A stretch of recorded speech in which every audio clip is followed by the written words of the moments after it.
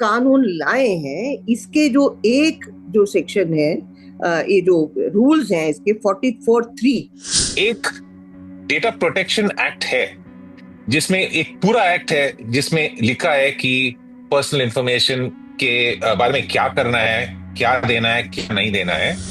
जय हिंद प्रिय दर्शक फैमिली, ये वीडियो सिर्फ एक कानून की बात नहीं है, ये आपके और हमारे अधिकार की बात है। आरटीआई यानी सूचना का अधिकार, राइट टू इंफॉर्मेशन। यह सिर्फ पढ़े लिखे लोगों के लिए नहीं है, बल्कि हर उस नागरिक के लिए है जो जानना चाहता है कि सरकार क्या कर रही है, क्यों कर रही है और कैसे कर रही है। तो चलिए, आज मैं जो जानकारी आपको देने जा रहा हूं वो आपके हक की जानकारी है, जो आपके जीवन को बदल सकती है। सरकारी दफ्तरों में फंसी फाइलों से लेकर आपकी पेंशन, राशन, इलाज, स्कूल, नौकरी तक हर जगह इसकी जरूरत पड़ती है। मैं क्लेरीग्लेक्स पर इसलिए बोलता हूं ताकि आपका जीवन थोड़ा आसान हो, आपके पास वो ताकत हो जो हर लोकतांत्रिक नागरिक के पास होनी चाहिए। सवाल पूछने की ताकत, जवाब मांगने की ताकत। आरटीआई आपके लिए है, आपके बच्चों के लिए है और एक बेहतर भारत के लिए है। इसलिए वीडियो को ध्यान से देखिए और समझिए इसे, और इसे अपने परिवारजनों और दोस्तों तक जरूर पहुंचाइए, क्योंकि जो जानता है वही जागता है। आप में से शायद कुछ लोग ऐसे भी हों जिन्हें आरटीआई के महत्व का या आरटीआई के पावर का ज्ञान ही नहीं होगा। अगर किसी को है भी तो इसका उपयोग अभी तक किसी ने किया है या उसका सकारात्मक परिणाम मिला या नकारात्मक परिणाम मिला, इसके बारे में भी हम चर्चा करेंगे। और आरटीआई विवाद क्यों बढ़ा, इसके बारे में भी हम चर्चा करेंगे। तो स्वागत है आपका क्लेरीग्लेक्स पर, जहां हम लाते हैं ज्ञान, कानून और प्रशासन को आसान भाषा में लेकिन गहराई से समझाने वाले वीडियो के रूप में। आरटीआई अधिनियम, हालिया विवाद, उसकी कमजोर होती साख और लोकतंत्र की नींव पर पड़ता असर। पहले जान लेते हैं कि आरटीआई क्या है। सूचना का अधिकार अधिनियम यानी आरटीआई एक्ट 2005 भारत के प्रत्येक नागरिक को यह अधिकार देता है कि वह सरकार से कोई भी जानकारी मांग सके और सरकारी संस्थानों को उस जानकारी को एक निर्धारित समय में उपलब्ध कराना अनिवार्य होता है। आरटीआई अधिनियम का उद्देश्य क्या है? पारदर्शिता यानी ट्रांसपेरेंसी, जवाबदेही यानी अकाउंटेबिलिटी और सशक्तिकरण यानी एम्पावरमेंट। आरटीआई के तहत आप केंद्र और राज्य सरकारों के किसी भी विभाग, मंत्रालय, सरकारी एजेंसी, पीएसयू या पब्लिक अथॉरिटी से जानकारी मांग सकते हैं। अब जानते हैं कि आरटीआई की महत्वपूर्ण धाराएं कौन कौन सी हैं। धारा 6, कोई भी व्यक्ति एक सामान्य आवेदन के माध्यम से जानकारी मांग सकता है। उसे यह बताने की जरूरत नहीं है कि वह जानकारी क्यों चाहता है। धारा 7, आरटीआई आवेदन का उत्तर 30 दिनों के भीतर दिया जाना अनिवार्य है और अगर सूचना जीवन या स्वतंत्रता से जुड़ी हो तो 48 घंटे में जवाब देना जरूरी है। धारा 8, कुछ जानकारियां छूट में आती हैं, जैसे राष्ट्रीय सुरक्षा, गोपनीय व्यापारिक जानकारी, कोर्ट से वर्जित सूचना या व्यक्तिगत जानकारी। अब सब सेक्शन 8(1)(j) की बात करें, जो धारा 19 आती है। अगर जानकारी नहीं दी जाती या जवाब असंतोषजनक हो तो आप प्रथम अपील यानी फर्स्ट अपील और फिर द्वितीय अपील यानी सेकंड अपील सूचना आयोग में कर सकते हैं। धारा 2(h), आरटीआई सिर्फ उन संस्थानों पर लागू होता है जो सरकार द्वारा स्थापित हैं, नियंत्रित हैं या फंडेड हैं। यही कारण है कि निजी संस्थानों को आरटीआई के दायरे में लाना अभी चुनौतीपूर्ण काम बना हुआ है। आरटीआई के हालिया विवाद और खतरे क्या हैं? आखिर यह इतना चर्चा में क्यों आया? नहीं तो लोगों को जानकारी ही नहीं थी कि ऐसा भी कुछ होता है, तो यह विवाद में आता है, तो लोगों को इसके बारे में इंटरेस्ट जागरूक होता है, इंटरेस्ट पैदा होता है कि आखिर यह है क्या। तो चलिए जानते हैं इसका विवाद, कारण और इसमें हुआ क्या है।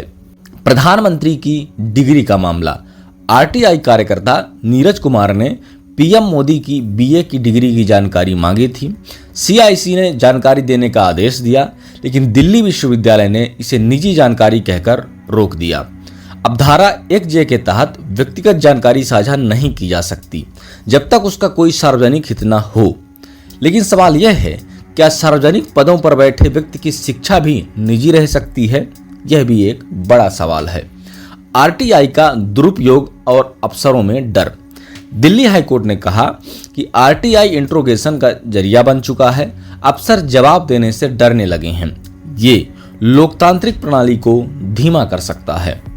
तीसरा बात करें तो डेटा संरक्षण बनाम आरटीआई। उससे क्या होता है कि आप पूरा जो हमारे जो राइट टू इंफॉर्मेशन में 81J जो है उसको अलग कर देता है, और अलग करने के बाद ना कोई जर्नलिस्ट को सूचना मिलने वाली है, ना आपके कोई रिसर्चर को सूचना मिलने वाली है, ना कोई साधारण इंसान को सूचना मिलने वाली है, ना आपके पॉलिटिकल जो पॉलिटिशियंस हैं उनको मिलने वाले, किसी को नहीं मिलने वाला है।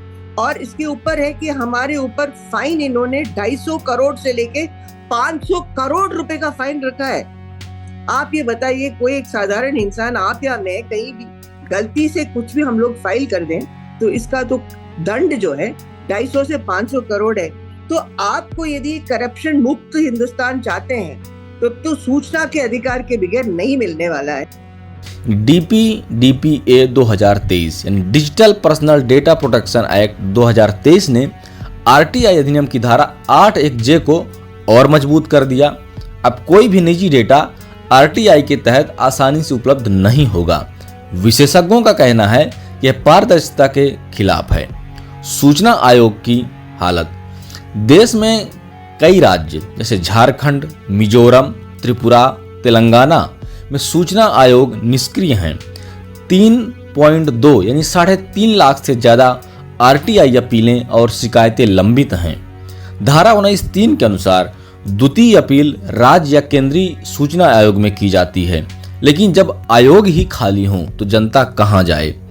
तो कहने का मतलब है कि जो पद ही हैं जिन पर कोई बैठा ही नहीं है तो अपील कहां की जाए। निजीकरण और आरटीआई की सीमा। आरटीआई अधिनियम की धारा 2H के अनुसार आरटीआई उन्हीं संस्थाओं पर लागू होता है जो सरकार द्वारा नियंत्रित या वित्त पोषित हों। लेकिन अब रेलवे, बैंक, स्वास्थ्य, शिक्षा जैसी सेवाएं निजी हाथों में जा रही हैं।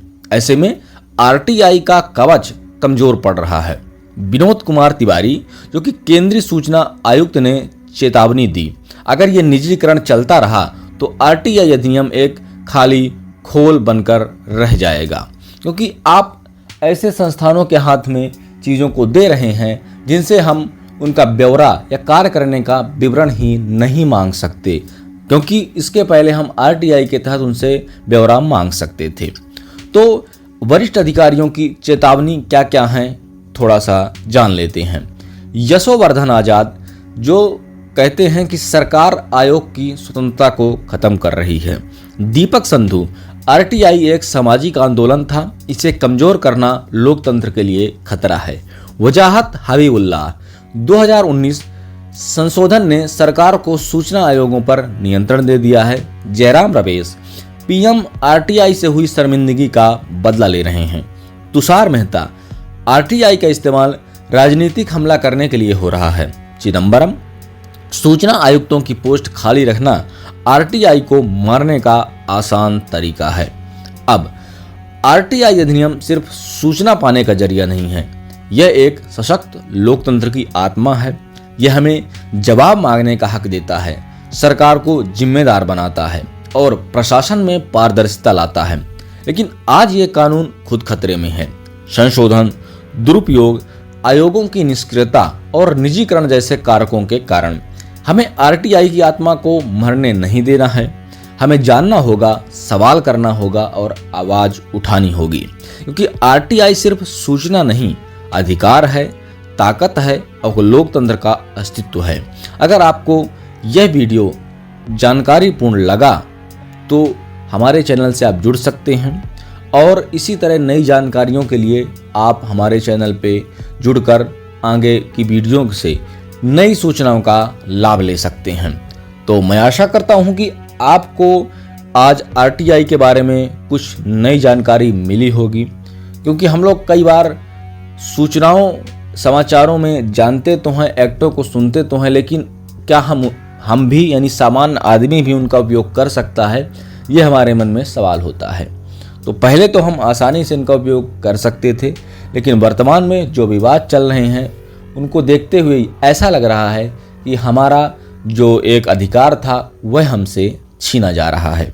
चलिए अगले वीडियो में हम फिर मिलते हैं, तो तब तक जुड़े रहिए आप हमारे चैनल क्लेरी ग्लैक्स से। तो क्लेरी ग्लैक्स को सब्सक्राइब करना ना भूलें, वीडियो को लाइक करें, शेयर करें। तो मिलते हैं अगली वीडियो में, तब तक के लिए धन्यवाद और जागरूक बने रहिए। देखिए, अगर आपको ये जानकारी पसंद आई हो और आप ये चाहते हैं कि ये उन लोगों तक जाए जिनको इसके बारे में जानकारी नहीं है, तो आप वीडियो को जरूर शेयर करें। चलिए अगले वीडियो में फिर मिलते हैं, तब तक के लिए धन्यवाद।